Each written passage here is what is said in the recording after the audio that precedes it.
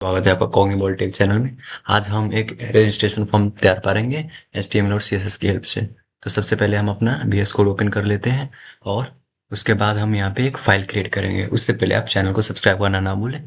तो हम पहले अपना VS कोड ओपन करते हैं और VS कोड ओपन करने के बाद हम यहाँ पे फाइल क्रिएट करेंगे। न्यू फाइल में जाके हम लिखेंगे form.html। ओके, और ये हम इसको डेस्कटॉप पे सेव कर लेते हैं। ओके, डेस्कटॉप पे सेव करने के बाद हम यहाँ पे आप कोड स्टार्ट करेंगे। तो आपको बता दूं, हम shift 1 और इंटर प्रेस करने से आपको VS कोड HTML का टैग प्रोवाइड कर देगा, जो कि आपको लिखने की जरूरत नहीं होगी। तो सबसे पहले हम टाइटल में डॉक्यूमेंट को हटा के रजिस्ट्रेशन फॉर्म लिखते हैं, रजिस्ट्रेशन फॉर्म। ओके, और उसके बाद हम बॉडी में आ जाते हैं अपना कोड लिखने के लिए। पहले हम HTML कोड लिखेंगे, उसके बाद हम अपना CSS कोड लिखेंगे। तो HTML कोड लिखने के लिए हम बॉडी में ही लिखते हैं। ठीक है, तो पहले हम H2 टैग, आपको बता दूं HTML के अंदर है टोटल H1 से लेके H6 तक टैग रहते हैं, हेडिंग टैग, जिसमें से हमारा लार्जेस्ट हेडिंग टैग H1 है और स्मॉलेस्ट हेडिंग टैग आपका H6 है। तो हम और मीडियम के लिए हम H2 H4 को यूज करते हैं। ठीक है, तो पहले हम लिखते हैं H2 के अंदर स्टूडेंट हेडिंग, ये हमारा हेडिंग रह जाएगा रजिस्ट्रेशन फॉर्म। ओके, और उसके बाद हम H2 को बंद कर देते हैं। ठीक है, H2 बंद करने के बाद हम फॉर्म क्रिएट कर रहे हैं, तो हम फॉर्म कंपोनेंट को यूज करेंगे, VS कोड में रहेगा हमारा। और इस फॉर्म कंपोनेंट के अंदर ही हम टोटल अपना इंटर योर नेम और कोर्स वगैरह ये सब लिखेंगे। तो सबसे पहले हम लेवल यूज करते हैं। ठीक है, लेवल, और पहले हमारा रहेगा इंटर योर नेम, नेम के लिए कर रहे हैं, तो ये हमारा रहेगा लेवल फर्स्ट।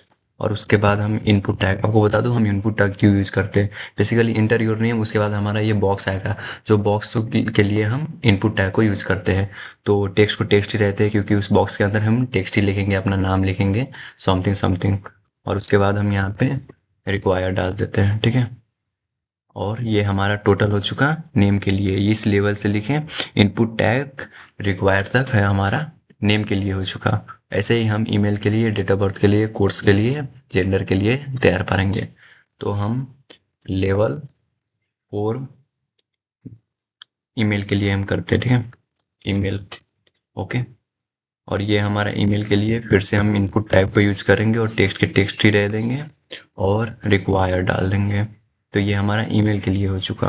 उसके बाद हम अपना डेट ऑफ बर्थ के लिए करते हैं। ठीक है, तो लेवल यूज करेंगे और इसके अंदर हम अपना डेट ऑफ बर्थ, ये हमारा डेट ऑफ बर्थ के लिए हो चुका। और इसके अंदर भी हम इनपुट टाइप यूज करेंगे, टेक्स्ट इस बार नहीं डालेंगे, क्योंकि डेट ऑफ बर्थ में हमारा पहला डे आएगा, उसके बाद मंथ आएगा और ईयर आएगा। इस सीक्वेंस के लिए हम डेट लिखते हैं। ठीक है, जो हमारा HTML में प्रोवाइड कर देगा।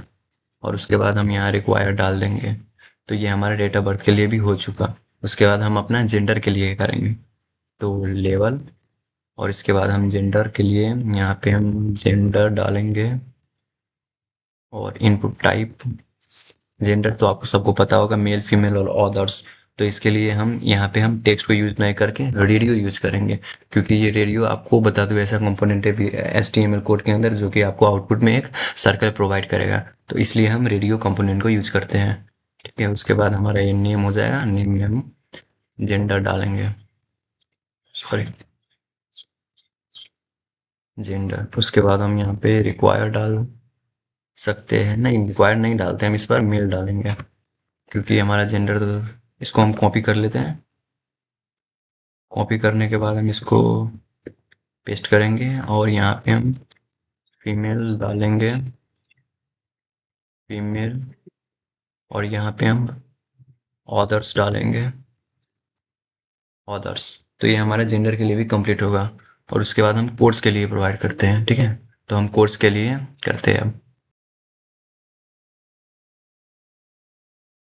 लिए हम सेम लेवल खोलते हैं यहाँ पे, तो हम लेवल को खोल देते हैं और यहाँ पे हम कोर्स लिखेंगे, कोई वो जैसे कोर्स। ठीक है, उसके बाद हम सिलेक्ट कंपोनेंट यूज करेंगे, कि कोर्स में हमें BCA BBA और जो भी डालना होगा, तो हम उसको ऑप्शन की तरह डालेंगे, जो मैं आउटपुट में आपको दिखाऊंगा। ठीक है, तो हम सिलेक्ट, इसको हम हटा देते हैं, इसको हमें काम नहीं है, नेम ID। और सिलेक्ट के अंदर हम लिखेंगे सिलेक्ट के अंदर यहाँ पे हम ऑप्शन टैग यूज करेंगे। ऑप्शन टैग बता दूं आपको, बेसिकली हमें कोई भी ऑप्शन को चूज करने के लिए ये कंपोनेंट को HTML कोड के अंदर यूज किया जाता है। तो हम पहले फर्स्ट में हम BCA डालते हैं और उसके बाद हम इसको कॉपी कर लेते हैं सी, और इसको हम तीन ऑप्शन डालेंगे, एक BCA और एक BBA और एक बीटेक डाल देंगे, ठीक है। बीटेक, तो ये हमारा हो चुका कोर्स के लिए भी है। अब हम एक एड्रेस के लिए डालेंगे, ठीक है। तो हम पहले इस सिलेक्ट ऑप्शन को बंद कर देते हैं और उसके बाद हम एक और लेवल खोलेंगे for address, level for address, okay. तो उसके बाद हम टेक्स्ट एरिया एक कंपोनेंट का यूज करेंगे। टेक्स्ट एरिया आपको बता दूं कि वो एक बॉक्स प्रोवाइड करता है जो आप बड़ा भी कर सकते हैं आउटपुट में और छोटा भी कर सकते हैं, इसलिए हमने टेक्स्ट एरिया को यूज किया जाता है इसमें HTML कोड के अंदर। इसको भी हम हटा देते हैं, हम नहीं। तो टेक्स्ट एरिया के अंदर हम रोज को डिफाइन करेंगे, रोज जो हम ट्री डालेंगे। रोज को डिफाइन करने के बाद एक, उसके बाद हम एक बटन डिफाइन करते हैं जो सबमिट रहेगा हमारा बटन, और यहाँ पे हम इसको टाइप डाल देते हैं सबमिट, सबमिट, सबमिट, ओके। और ये हमारा रजिस्टर हो जाएगा, रजिस्टर। तो ये हमारा HTML कोड पूरा तरह से तैयार हो चुका है। उसके बाद हम CSS कोड की तरफ बढ़ेंगे। सो हो चुका है, उसके बाद हम CSS कोड की तरफ बढ़ते हैं। तो CSS कोड लिखने के लिए हम एच हेड के नीचे और बॉडी के ऊपर लिखते हैं, जो कि हम स्टाइल कंपोनेंट में ऑलरेडी लिखेंगे, ठीक है। स्टाइल कंपोनेंट, उसके बाद हम अपना CSS कोड स्टार्ट करते हैं। तो पहले हम बॉडी को डिजाइन कर लेते हैं। बॉडी को डिजाइन करते हैं, फॉन्ट फैमिली हम डाल देंगे एरियल, सॉरी, फॉन्ट फैमिली हम एरियल डालते हैं। और उसके बाद हम मार्जिन 40 पिक्सल डाल देंगे, मार्जिन 40 पिक्सल, ठीक है।